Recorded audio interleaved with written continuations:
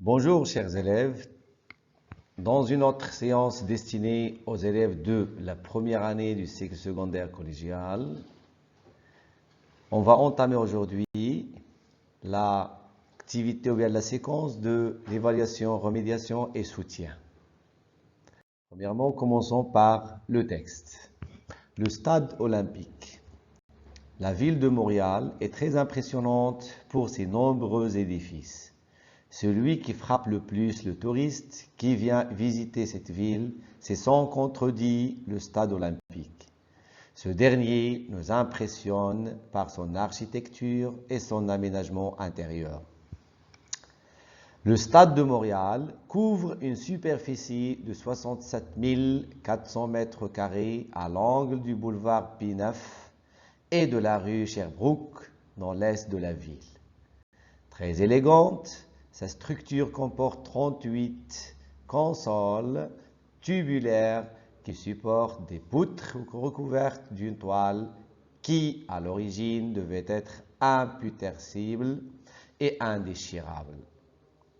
Le stade peut recevoir 72 358 spectateurs. Ces 53 858 places permanentes s'étalent sur 3 niveaux. Les gradins inférieurs, 26 456 sièges. Les mezzanines, 4 555 sièges. Et les gradins supérieurs, 23 347 sièges. L'aménagement de l'estrade et la disposition des sièges assurent une visibilité parfaite aux spectateurs qui viennent voir évoluer les athlètes comme les joueurs des expos. Le stade olympique est un monument gigantesque qui a beaucoup de classe. Toutefois, résistera-t-il au temps? En septembre 1991, une poutre de 50 tonnes s'est détachée et tombée. Extrait partiellement tiré des Récits du jeudi de Raymond Paradis, édition Marie-France, Canada, 1993. Lisez attentivement le texte et répondez aux questions suivantes. Première question de compréhension. Complétez le tableau ci-dessous. Vous allez dégager et identifier premièrement le titre de l'œuvre, l'auteur, l'édition et la date de publication. 2. Ce texte est-il un texte narratif, descriptif ou explicatif? Soulignez la bonne réponse. 3. De quoi parle-t-on dans ce texte? 4. Où se trouve le stade olympique? 5. Répondez par vrai ou faux. Vous avez 4 ou bien 3 affirmations. Vous allez indiquer tout simplement est-ce vrai ou faux. Le stade de Montréal se trouve aux États-Unis. Le stade olympique est très grand et les spectateurs peuvent bien voir grâce à la disposition des sièges. Dernière question de compréhension. Quelles sont les parties du stade qui sont écrites dans le texte? On passe à la langue et la communication. Première question. Complétez le tableau suivant. Vous avez 3 énoncés. Dans chaque énoncé, vous allez dégager l'élément ou bien le moyen qui caractérise dans chaque énoncé et vous allez indiquer sa nature grammaticale. Premier énoncé. Le stade olympique est un monument qui a beaucoup de classe. Quel est le caractérisant utilisé dans cet énoncé et quelle est sa nature grammaticale? Le stade de Montréal couvre une superficie de 67 400 mètres carrés. Troisième énoncé, des sièges assurent une visibilité parfaite aux spectateurs.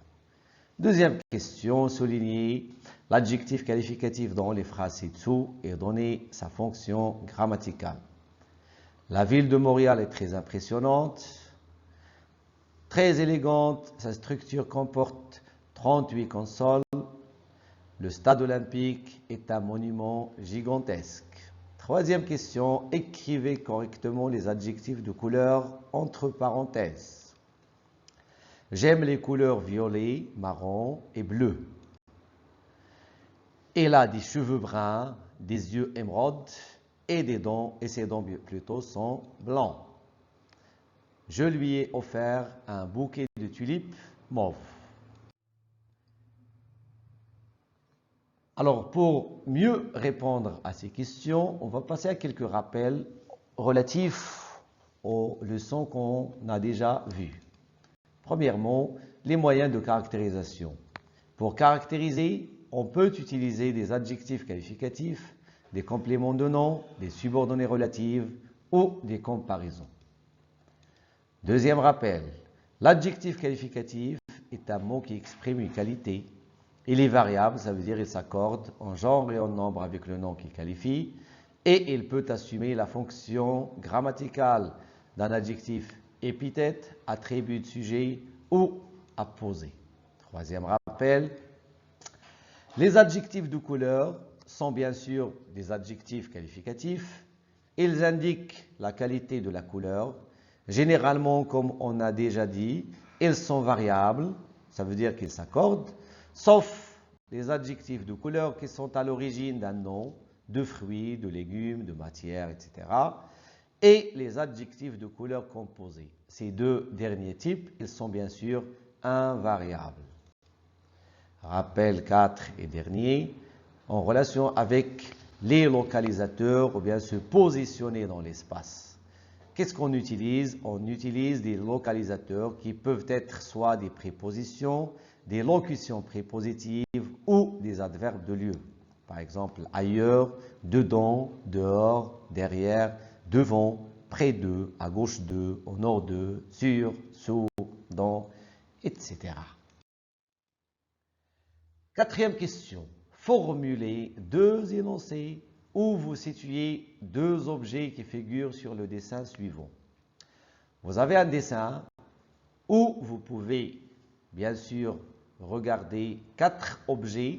Vous allez choisir 2 objets de votre choix et vous allez dans un énoncé donner la situation, bien la position de chaque objet. Question 5. Nommez les parties demandées du corps de cet animal. Les parties du corps d'un chien. Vous avez 1, 2, 3, 4, 5 et 6 parties.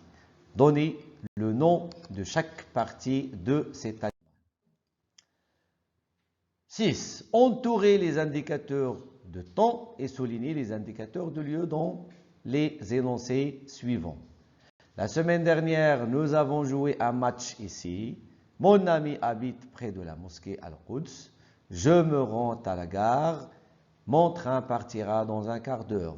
Vous allez entourer les indicateurs de temps et vous allez souligner, bien sûr, les indicateurs de lieu. Vous avez un autre énoncé. Le voleur que la police a arrêté hier est passé par là.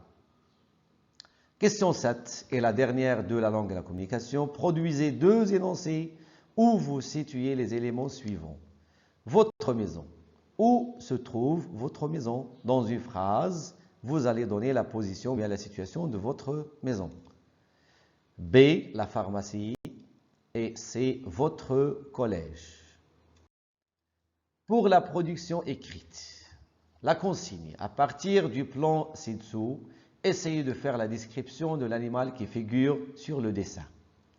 Vous avez un animal, bien sûr, il s'agit d'une grenouille. Il s'agit d'une grenouille que vous allez décrire dans un texte de 5 à 8 lignes, bien sûr, en respectant le plan du texte descriptif de l'animal. Vous avez 5 étapes.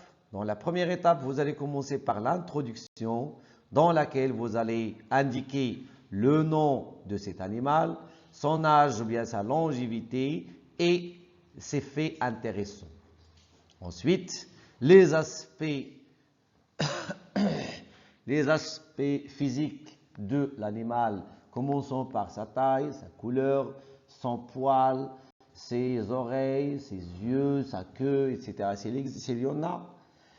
Troisième étape, son habitat, son climat et sa nourriture, son mode de vie en général. Quatrième étape, sa personnalité, ses activités qui sont amusantes ou bien intéressantes. Et finalement, la conclusion, pourquoi est-ce que tu aimes cet animal? Si vous l'aimez, bien sûr, et vous devez l'aimer dans ce cas. Merci pour votre attention et au revoir. Je vais revenir avec vous dans la correction de ces exercices.